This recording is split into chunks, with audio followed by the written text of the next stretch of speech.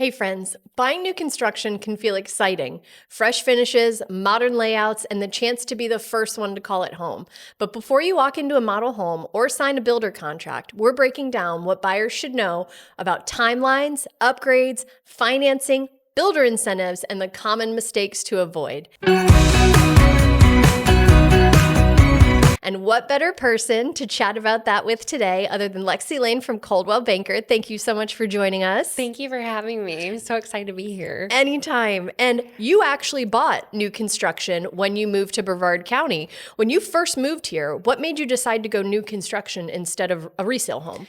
I think the options that we had in new construction, we came from Mississippi. We're a military family. So granted, my husband grew up in Florida and we had vacationed in Brevard. We got engaged in Cocoa Beach. So we knew the area, but when we actually initially moved here and we got our PCS orders here, I was 35 weeks pregnant with a 1-year-old. So when we very first moved here, we were like, we just need to slow our roll, rent for a minute, kind of figure out where we want to be, see what all our options are, and then go from there.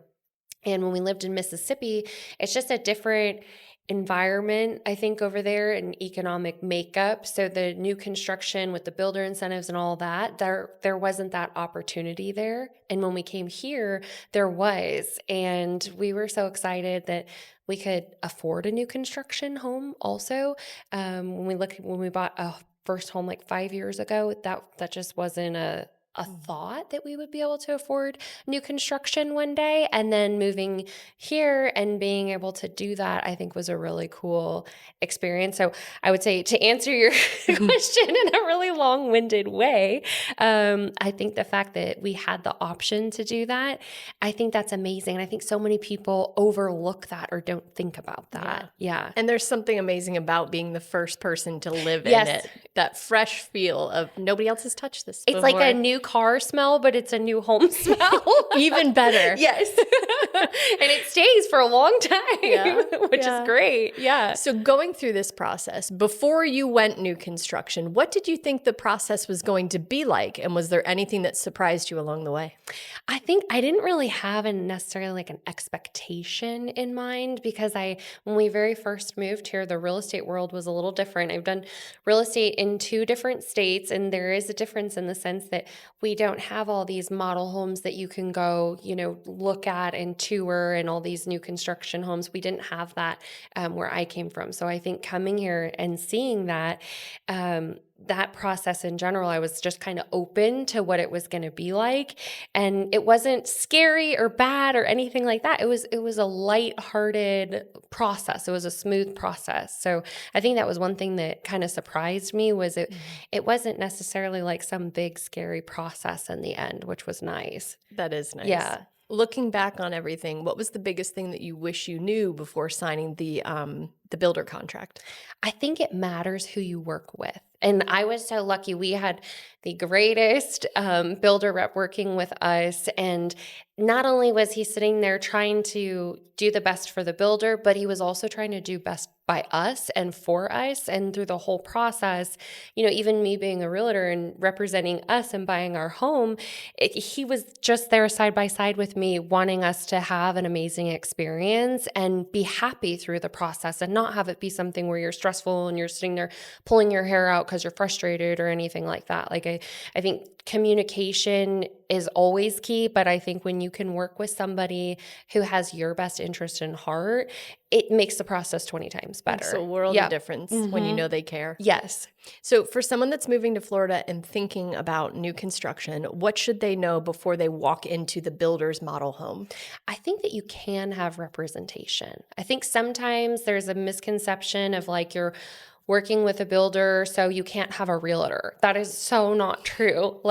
And your builder rep is there to help support you and the builder in the whole process, right? But when you have somebody that's a secondary person that's also in your corner, that provides representation, but that's also looking out for you, I think I just wish more people knew, hey, you can have this too. Like, you can have 2 people and know like your budget and what you're comfortable spending. Yeah. I think sometimes too, we go into these model homes and we're like, oh, this is amazing. Like, yeah, let's build this. I'll take one of everything. I want all all that, But I think stick to the main features of the house. Like, yes, is it nice to have the upgrades? Yes. But at the end of the day, the more important thing is to buy the house, and some of the other things you can do later on too. Certainly. Yeah. What is some questions that buyers should ask the builder before they get emotionally attached to the home or the community? We mentioned having everything you want, which we want you to have everything you want. Yes. But what advice would you give in that area? I think knowing as much as you can about what's going up around you too, and what's in the surrounding area, and also what they have planned for that future community. Like, is there going to be further amenities down the line that, maybe are going to push your HOA up or something like that? Or, hey, are they building a soccer complex next door, to this community? So I think the more research that you can do about knowing what's going to be around you in the future, and sometimes you don't know, but a lot of times if you can get a good grasp of, hey, what's going to be around you, that gives you a good understanding of what your resale value will be too in the long run. I love that. Yeah.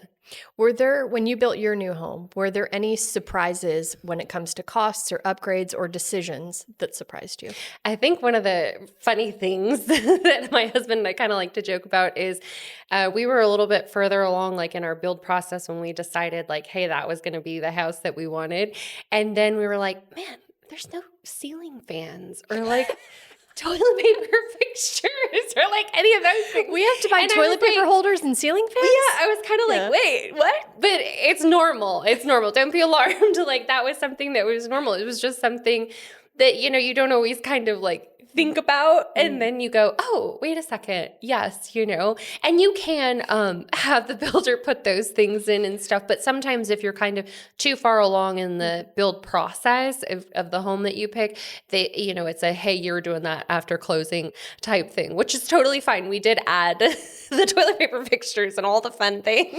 Ask them for it as your closing gift. Yes. Can I get a toilet paper holder? Or a ceiling fan. Or a ceiling fan, if you've got one laying around. Yes. That's funny.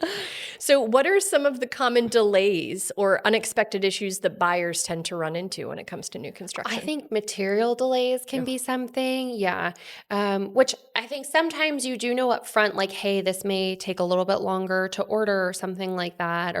But if you're at your final walkthrough and there's a huge scratch on the back door and they have to reorder a whole new back door, it's something you kind of have to just keep in mind that those things could happen. But I also think too, sometimes if work was done that they don't love, that they want to go back and say, hey, we want our, flooring guy to refix this corner or something like that. Not that it can be a huge delay, but I think, sometimes it's humans building a house. Mm-hmm. Sometimes there can be little things where we want to go back and make it perfect for that client. So when they're living in it, they're not sitting there looking at it going, man, that floorboard's really bothering me over there on a Sunday afternoon, right? If it's a people process, something can get messed up. Yep. Yeah. Exactly. Yeah. Well, final question for you. Now that you've personally bought a new build and helped so many other clients through that process, what advice would you give someone moving to Florida and considering new construction?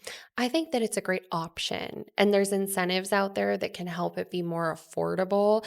And it's just think about it on the front side when you're looking at resale homes, and that could be an option for you, and get in there and really explore all your options and look at all the tools that every builder and company has to offer too. I think it's just a matter of knowing what's out there that's going to be best fit for your lifestyle and what you want. We love that. Yeah. Well, hopefully this podcast has been a good educational tool for anyone that's looking to buy new construction. If you're looking to buy new construction or you know someone who is, share this podcast with them, and we'll look forward to seeing you next time.